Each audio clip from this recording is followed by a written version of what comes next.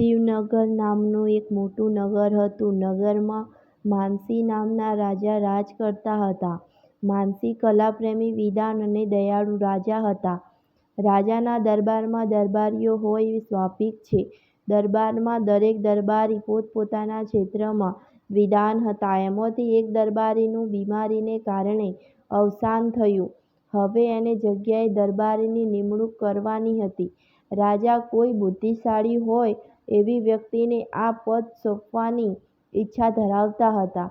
તેમણે ખૂબ વિચાર કર્યો, પરંતુ તેમની આસપાસ દરબારીના પદને શોભાવી શકે એવું કોઈ દેખાયું નહીં. આમ ને આમ 1 મહિનો પસાર થઈ ગયો, પરંતુ એ પદ ઉપર કોઈ વ્યક્તિની નિમણૂક થઈ શકી નહીં.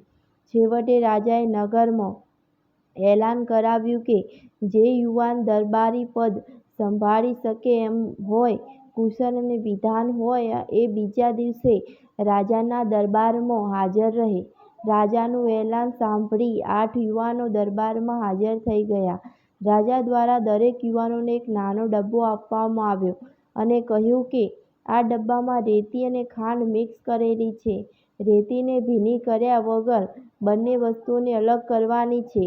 આ કામ કાલ સુધીમાં પૂર્ણ કરીને દરેક યુવાને દરબારમાં હાજર રહેવું, એવી સૂચના આપવામાં આવી. યુવાનો પોતપોતાના ઘરે રેતી અને ખાંડથી ભરેલો ડબ્બો લઈ તો ગયા, પરંતુ બંને વસ્તુને અલગ કરવાનું કામ એટલે સહેલું નહોતું. એક યુવાન દરબારમાં પૂર્ણ થાય એની મારી કલ્પ રાહ જોતો બહાર ઊભો રહ્યો.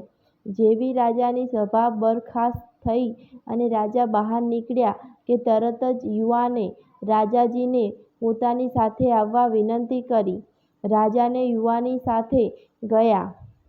રાજમહેલના બગીચામાં એક ઝાડ નીચે એક યુવાને રેતી અને ખાંડ ભરેલો ડબ્બો ખાલી કરી નાખ્યો. તેણે નમ્રતાથી રાજાજીને કહ્યું કે રાજાજી, આમાંથી ખાંડ કીડીઓ લઈ જશે, તેથી કાલ સુધીમાં રેતીમાંથી ખાંડ અલગ થઈ જશે. કાલે આપણે ફરી અહીં આવીને જોઈ શકીશું કે કોઈ પણ સમસ્યાનો ઉકેલ એ જ દિવસે શોધી નાખનાર આ યુવાનથી રાજા માનસી પ્રભાવિત થયા. બીજા દિવસે રાજાએ અને અન્ય દરબારીઓએ બગીચામાં ઝાડ નીચે પડી હતી બાકીના યુવાનોએ શું કર્યું એ જાણવા રાજાએ એમને બીજા દિવસે દરબારમાં બોલાવ્યા. તેઓ આ કામ કરવામાં સફળ થયા નહોતા એ જાણીને રાજાને દુઃખ થયું. છેવટે રાજાએ પેલા યુવાને જેણે તરત નિર્ણય લીધો હતો તેને દરબારી પદ સોંપવાનું નક્કી કર્યું. રાજા માનસીના નિર્ણયને દરબારીઓએ વધાવી લીધો. આમ રાજાએ કુશળ વ્યક્તિને યોગ્ય પદ અને માન સન્માન આપ્યા.